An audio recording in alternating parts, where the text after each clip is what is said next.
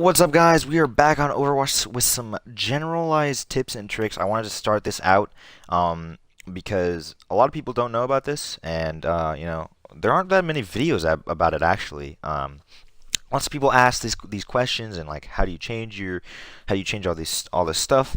Are you cheating? All this kind of stuff. But if you want to go into your options here, you can change all kinds of stuff. I highly recommend you go in and you just explore and you test settings for yourself and you see what you like. But obviously, brightness, contrast, and gamma correction are all here. You got some colorblind options if you really want it. If you really want those, which is pretty awesome. Oops, didn't want to go out of options. You got sound here. You got your master volume. You can join team voice chat and group voice chats automatically. I like to join group voice chats automatically, but not team voice chats. That's my just personal preference, especially when I'm streaming, because I don't want people to hear me on my team talking shit about them to the stream when when they're in the team voice chat. But anyways, this is the main thing that I wanted to get to is your controls. Now you see you've got wireless controller things, and this is on every single console, right? This is on PC, this is on console, this is on Xbox One, PS4, everything. You can do this, right? First, let's deal with your binding. You can change literally any button you want. There are no set controller schemes in this game. If you want to change your quick melee to right stick, you can do that. I personally have it on B. It's almost like a tactical loadout, right, from Call of Duty, right? So I have crouch toggled as my right stick and melee as my B, and it's pretty much the same control scheme as like Puppeteer on Destiny. That's the control scheme that I've come to love. If you guys like bumper jumper, you can absolutely change your jump to bumpers, whatever bumper you like. You can literally change whatever you want here. So whatever buttons you like, please go in and experiment with different settings. Whatever games you like to play, you can change your controls in this game to match the ones in that game, so you're a little bit more comfortable. Or if you want to adapt to a new controller scheme, such as bumper jumper, it makes it a little bit more easy for competitive play because you can jump and shoot at the same time and things like that. You can experiment with that here. So that's a really big tip that not a lot of people know about. You can literally do whatever you want with your controls. So your sensitivities are here as well. This is what I play on: 40-20, 40 horizontal, 20 vertical. No inversion, no vibration. A lot of people play with vibration. I hate vibration. Like I've literally, trust me guys, if you want to play at a higher level, turn your vibration off. You'll get used to it eventually, and you'll realize how much of a difference it makes in your aim and your gameplay. It really does help you play a lot better, in my opinion. You can turn your bloom on or off here. It doesn't change the actual bloom that that happens in the game. For example, Widowmaker, her assault rifle, it's still gonna bloom out technically, and the bullets are gonna go all over the place in a spread. But it just turns off the reticle bloom, so you can kind of be more accurate if you want to. It's really just personal preference. I have it off personally because I like to run the dot sight, right? So this is something cool you can do.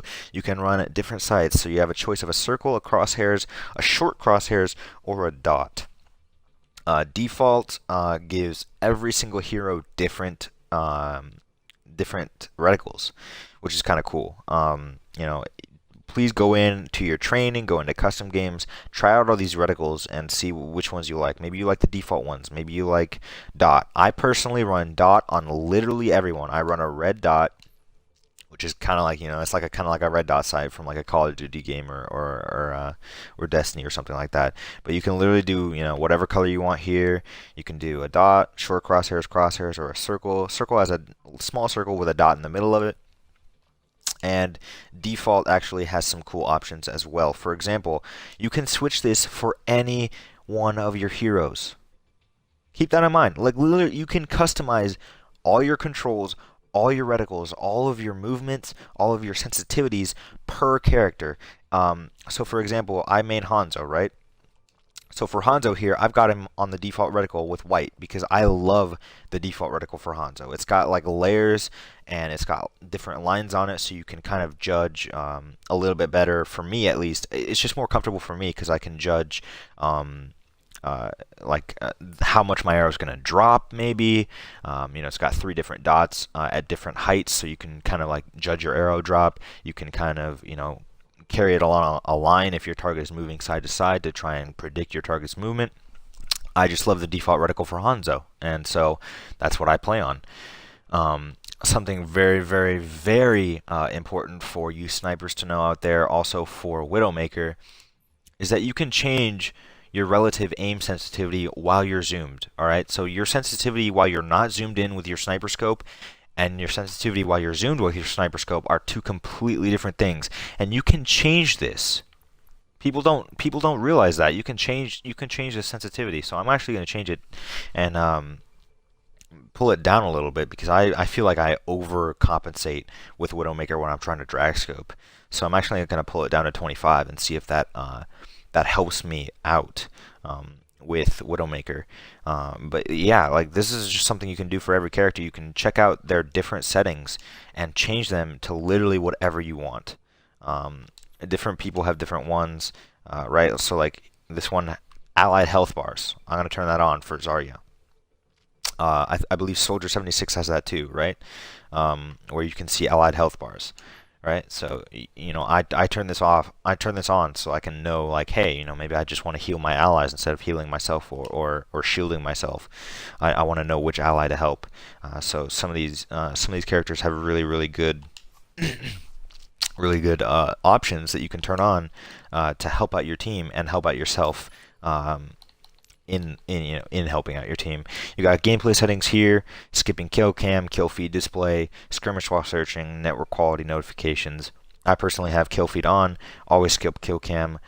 Should actually be off, because I kind of like to watch my kill cams every once in a while. But like I said, that just makes it smoother for you, whatever you like to do. And once again, explore these options, man, because there's a bunch of different stuff, right? Like automatically climb walls for Hanzo and Genji. You should probably turn that on, quite frankly. In fact, I should turn that on right now. Automatically climb walls for Hanzo and Genji. Riptire automatically climbs walls on Junkrat. Just a ton of different options like that. And I keep fucking coming out of the options for some odd reason, but it's whatever. Yeah, there's just a ton of options that you can use here. For example, Mercy, toggle beam connection. You don't have to hold it now. Guardian Angel prefers beam target. There you go. Just a ton of things like that you can change and really do well with. For me personally, I just love doing that. So you change up whatever you want, and make sure that you do that, because it definitely makes you a lot more comfortable. It definitely improves your gameplay. Trust me, it does.